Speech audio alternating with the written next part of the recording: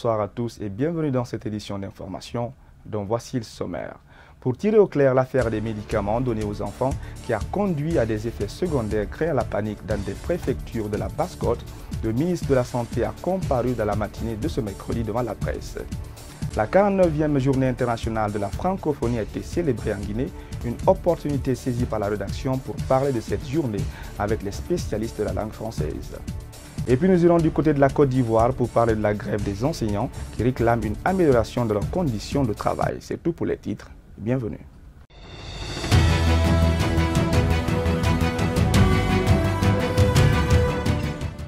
Le ministre de la Santé s'est prononcé ce mercredi sur l'administration des médicaments qui ont produit récemment des malaises chez les enfants, notamment dans les localités de Dubreka et Koya. Pour Dr Nyanko Ilama, ce remède ne représente aucun danger pour les citoyens, mais plutôt il vise à prévenir certaines maladies tropicales. Suivez.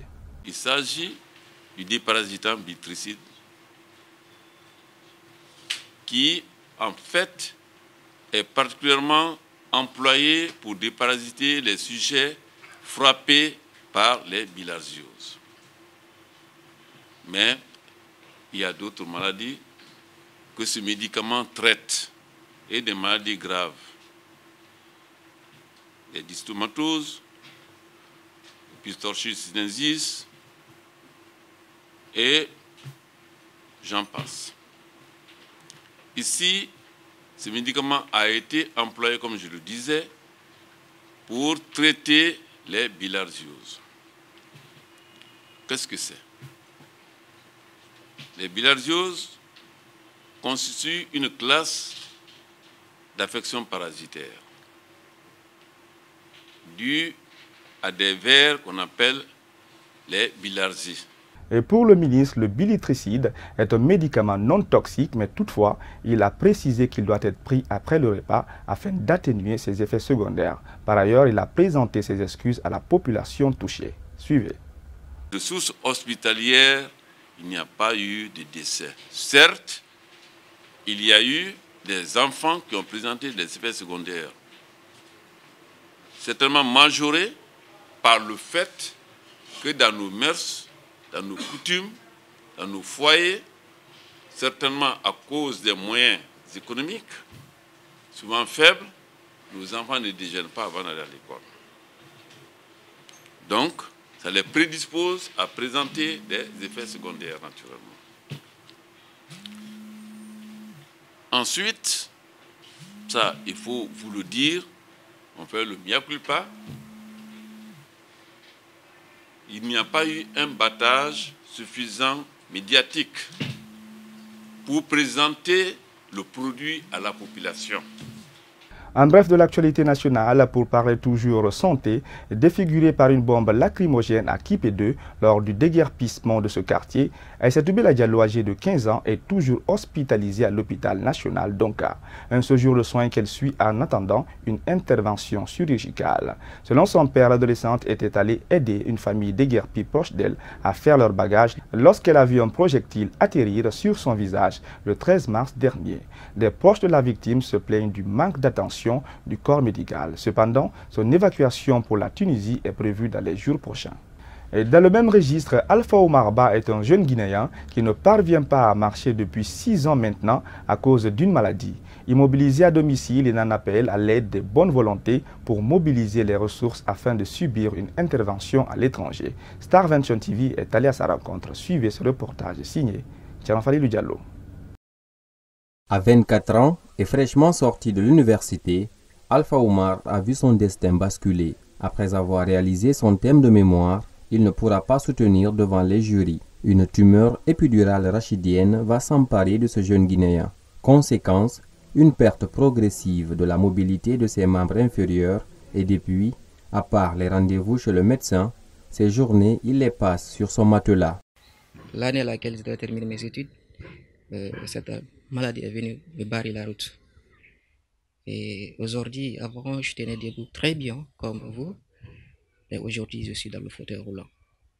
Cela a dû à quoi? Parce que je n'ai pas pu suivre le traitement comme il fallait. Par manque de moyens. Et je commence encore à perdre la sensibilité de mes membres supérieurs. Donc, c'est un peu ça. Doté d'un rêve qui est celui de remarcher un jour, Alpha Oumar entreprend des démarches pour atteindre cet objectif. Pour un premier temps, j'ai cherché à contacter l'hôpital du côté de Tunisie par le Canada d'un ami. Ils m'ont fait une proposition dont le devis des prestations de clinique était de 6 810 €, sans compter les frais de déplacement et le billet d'avion. Donc si nous comptons sur tout, donc ça allait jusqu'à 10 000 €. Donc sur ça, j'ai continué à faire les démarches malgré que je suis malade couché ici, multiplier les contacts et je suis rentré en contact avec un franco-guinéen, un médecin qui réside en France et il est franco-guinéen. Donc quand il a vu mon histoire, toutes les explications, il dit que vraiment il peut nous venir au secours. Du coup, il a cherché à contacter l'hôpital et les cliniques. Donc, avec Dr Renaud Bouza, ils sont prêts aujourd'hui à me recevoir. Mais aussi, ils ont demandé les mesures d'accompagnement, telles que les frais de clinique et les frais de voyage, dont le montant s'élève de 7 000 €. Pour les prestations de clinique, c'est 5 400 €. Frais de voyage et hébergement est de 1 600 €. Avec le soutien de ressortissants français d'origine guinéenne, une collecte de fonds est lancée pour réunir les ressources nécessaires à l'intervention. À cet effet, toute aide de bonne volonté est la bienvenue.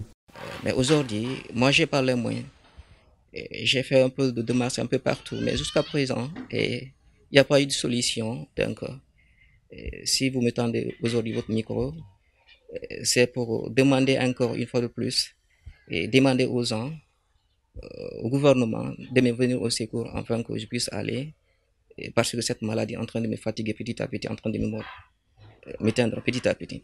Donc, c'est ça. Donc, j'appelle une aide que les gens puissent me venir au secours, surtout le gouvernement, l'État, afin que je puisse aller faire mon opération et reprendre ma vie normale. Pour ses besoins, il faut qu'il soit assisté, parce qu'il ne peut rien faire sans aide. Cela nous inquiète vraiment. Mon défunt mari nous supportait, mais depuis, nous ne comptons que sur les bonnes volontés. Aidez-nous pour son opération.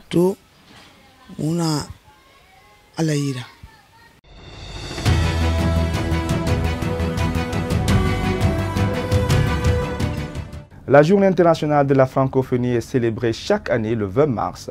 Pour en savoir davantage sur cette célébration, une équipe de notre rédaction est allée à la rencontre d'un enseignant-chercheur à l'université de Sonfonia pour parler de la francophonie. Suivez. La Journée internationale de la francophonie est célébrée chaque année le 20 mars. Cette journée dédiée à la langue française unit 300 millions de locuteurs dans le monde et plusieurs États et gouvernements de l'Organisation internationale de la francophonie. Cette année, la journée passe inaperçue dans les institutions d'enseignement en Guinée. Ce littéraire rencontré à l'université de Sonfonia nous parle de la langue française. Au départ, c'était vu comme la langue du colon. Donc une langue du colonisateur. C'est ce qui faisait qu'il y avait beaucoup plus de réticence. Mais aujourd'hui, elle est vue autrement.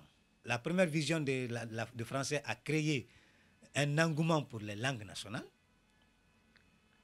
Il y a l'onko et le fulfulde qui sont des écritures qui ne sont pas des langues en tant que telles, mais qui sont des écritures qui sont en train de prendre quand même une dimension importante.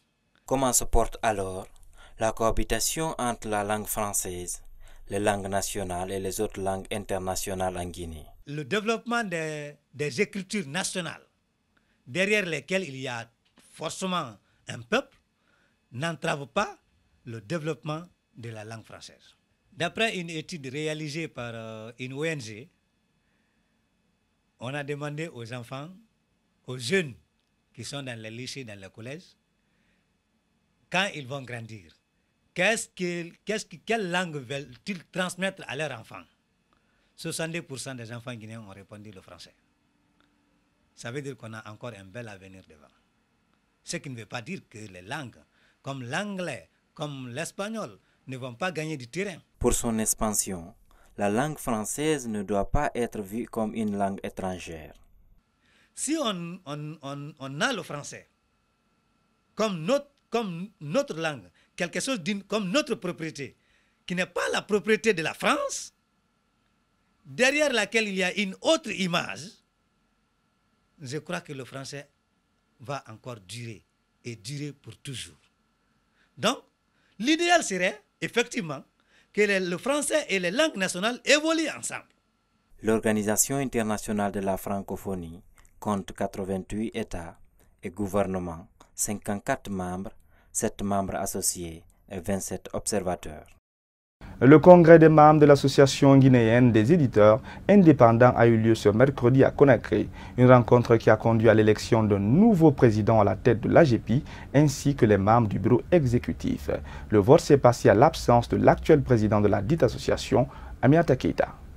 Alpha Abdoulaye Diallo du journal Le Populaire est le nouveau président de l'Association guinéenne des éditeurs de la presse indépendante, AGEPI. Il a été élu par ses pairs avec 41 voix à travers un vote secret. Dès après son élection, le nouveau président de l'AGEPI a décliné ses priorités. Ma mission, c'est de redonner son image à l'AGEPI, réinstaurer la discipline et la confraternité. Le véritable défi, c'est comment faire en sorte qu'aujourd'hui, les journaux imprimés guinéens puissent jouer leur rôle de baromètre de la démocratie. Venu assister ce congrès électif, l'huissier de justice témoigne sur la légalité du vote.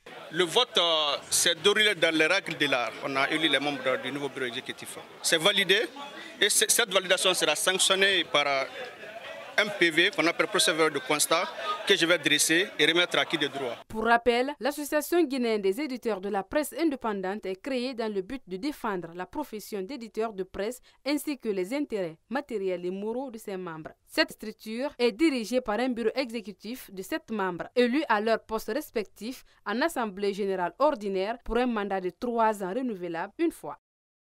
Après l'annonce faite par les autorités sur les dispositions prises pour faciliter aux citoyens l'obtention des cartes d'identité nationale, les citoyens n'ont pas tardé à réagir. Ils préfèrent les actes qu'au discours. Alpha Bakar Sang Diallo est allé à leur rencontre. Actuellement, les timbres et les planches existent dans tous les commissariats centraux pour la délivrance des cartes d'identité nationale aux citoyens à raison de 15 000 francs guinéens. Je dis bien 15 000 francs guinéens. Cette déclaration laisse certains citoyens dans le doute. C'est le cas de ce journaliste. On attend de voir, c'est vrai qu'en Guinée, souvent les promesses sont faites, mais la concrétisation des faits, c'est là que le bas blesse. J'espère bien qu'avec, parce que c'est une première rencontre entre le nouveau porte-parole du ministère de la Sécurité et de la Protection civile avec les journalistes, on espère bien que tout ce qu'il a dit, ce sera fait. On ne va pas se limiter au beau discours. On a parlé de cas de sanctions de certains officiers de la police, mais on ne nous a pas présenté ces gens-là. Cependant, d'autres l'accordent le bénéfice du doute. Vu que c'est une déclaration du porte-parole de la police, je pense qu'il faut s'en tenir à ça. Les cartes d'identité, désormais en Guinée, c'est le prix officiel, en tout cas, c'est 15 000 francs. Mais comme vous le savez, dans ce pays, on peut, c'est vrai, donner des choses de façon officielle, des informations de façon officielle, mais si l'applicabilité n'est pas là, ça va être compliqué. Reste à savoir si cette décision sera appliquée à la lettre par les agents de la sécurité. Pendant que des travaux de réfection sont lancés notamment à Conakry, des riverains de la déviation sud de Matoto restent exposés à de la poussière que dégage cette route suite au passage des engins. Certains rencontrés invoquent des risques de maladie et interpellent l'État pour des travaux de ce côté. Oumar Sow nous signe ce reportage.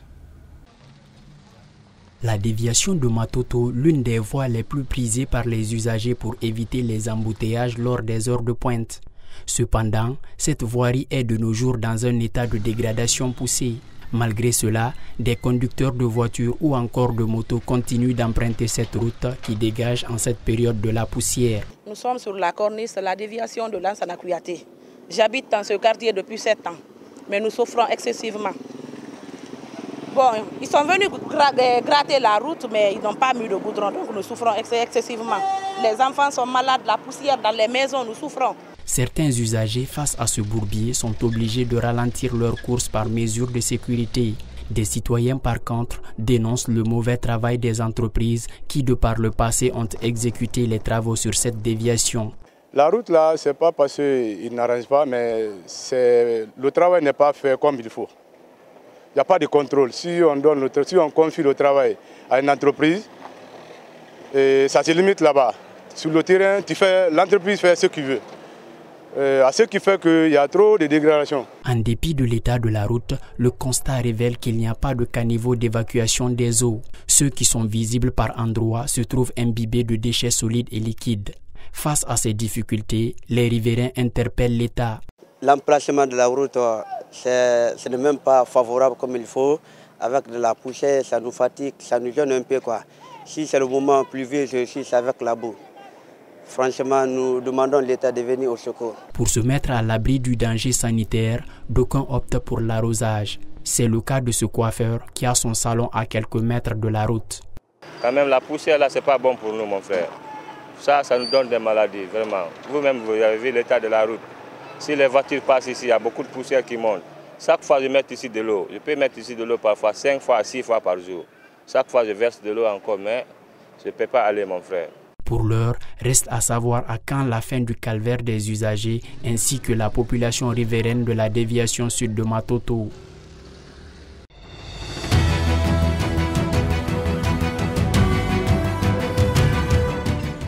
Sport à présent dans cette édition d'information. Après plusieurs semaines de rumeurs, c'est désormais officiel. Patrice Neveu n'est plus l'entraîneur du Orea AC. L'information a été confirmée ce matin par les dirigeants du club de Matam. À cette même occasion, le successeur du technicien français a été présenté lors d'une conférence de presse tenue ce mercredi au siège du club de Matam. Abdelhamou Fofana. Arrivé au mois de novembre dernier sur les bancs du club de Matam pour succéder à Victor Zvonka, qui venait de faire qualifier l'Orea en quart de finale de la Ligue des champions africaine et réaliser le double championnat coupe, l'ancien coach du Sili national de Guinée a été limogé ce mercredi par les dirigeants du Orea AC.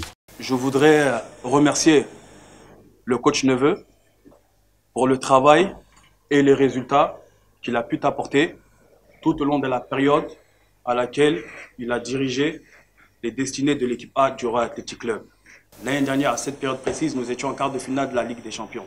Cette année également, grâce au coach Patrice Neveu, il a pu nous maintenir au même niveau auquel il nous a laissé en quart de finale de la Ligue des Champions.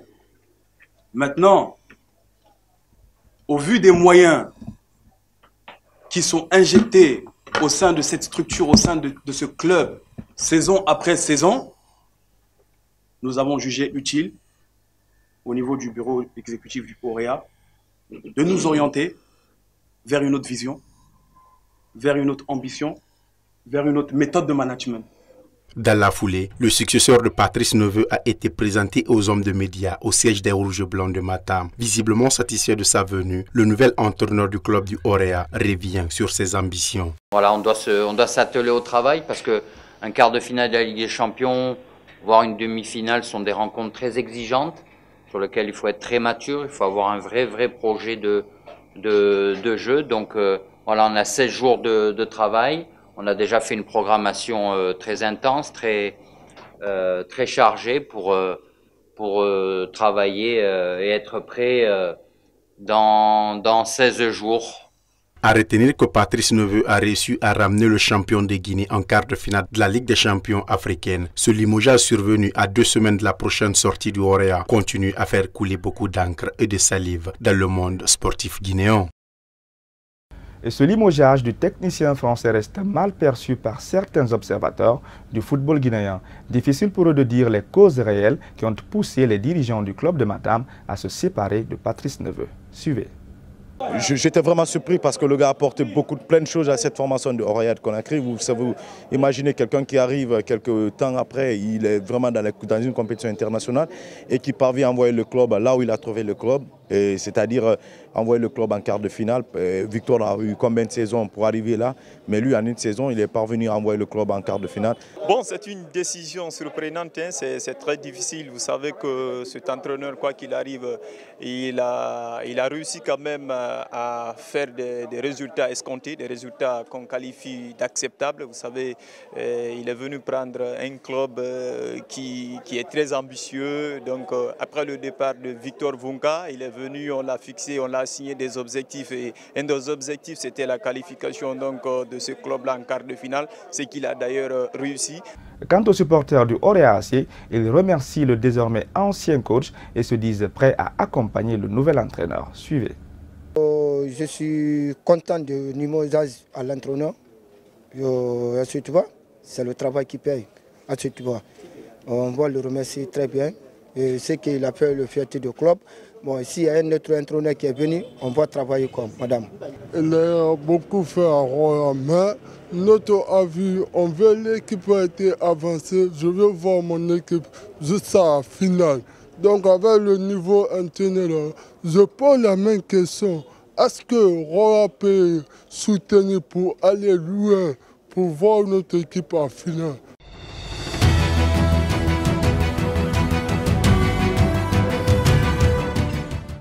Sur le continent, de violents affrontements sur fond de grève des enseignants ont opposé mardi élèves et policiers dans plusieurs endroits d'Abidjan, notamment près du lycée international Jean Mermoz, l'un des plus grands établissements français de la capitale économique ivoirienne, ont rapporté plusieurs témoins, à préciser que les enseignants d'une grande partie des écoles primaires et secondaires sont en grève depuis près de 2 mois, réclamant de meilleurs traitements et conditions de travail. L'université Félix Houphouët-Boigny, la principale du pays avec 60 000 étudiants, a connu 6 semaines de grève de professeurs, un mouvement suspendu depuis début mars. Le président du Zimbabwe, Emerson Mnangagwa, en visite dans une zone inondée à la suite du cyclone Idai. En effet, le chef de l'État zimbabwéen s'est rendu mardi à Chimanimani après que les vents cycloniques et les inondations ont balayé le sud-est de l'Afrique australe, touchant plus de 2,6 millions de personnes. Au cours de cette visite, Mnangagwa a affirmé que son gouvernement était en train d'évaluer les dégâts pour fournir une assistance adéquate, ajoutant que les pays voisins, l'Afrique du Sud, le Botswana, la Namibie et l'Angola ont offert leur aide. Amnesty International accuse l'armée américaine de dissimuler les victimes civiles de ces frappes répétées contre les islamistes radicaux Shebab en Somalie, ce que Washington dément vigoureusement, affirmant n'avoir tué aucun civil somalien depuis 2017. Dans un rapport publié mardi sous le titre « La guerre cachée des États-Unis en Somalie », l'ONG de défense des droits humains affirme que 14 civils ont été tués et 7 autres blessés au cours de 5 frappes aériennes attribuées à l'armée américaine.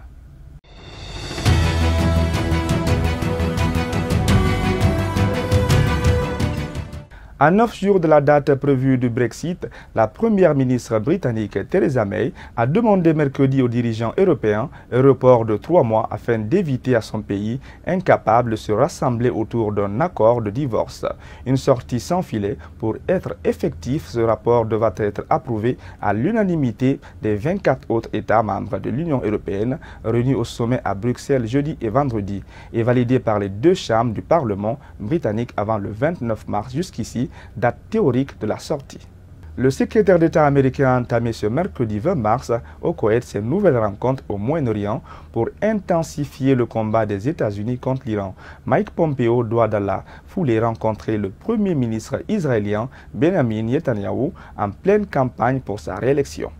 Le président américain Donald Trump a réitéré mardi que toutes les options étaient examinées pour faire partir le président vénézuélien Nicolás Maduro du pouvoir. C'était donc à l'occasion de la visite d'État du président brésilien. Suivez. We call on members of the Venezuelan military to end their support for Maduro, who is really nothing more than a Cuban puppet. Aimables téléspectateurs, ainsi prend fin cette édition d'information. À tous, merci de l'avoir suivi et passez une excellente soirée en compagnie de nos programmes. Au revoir.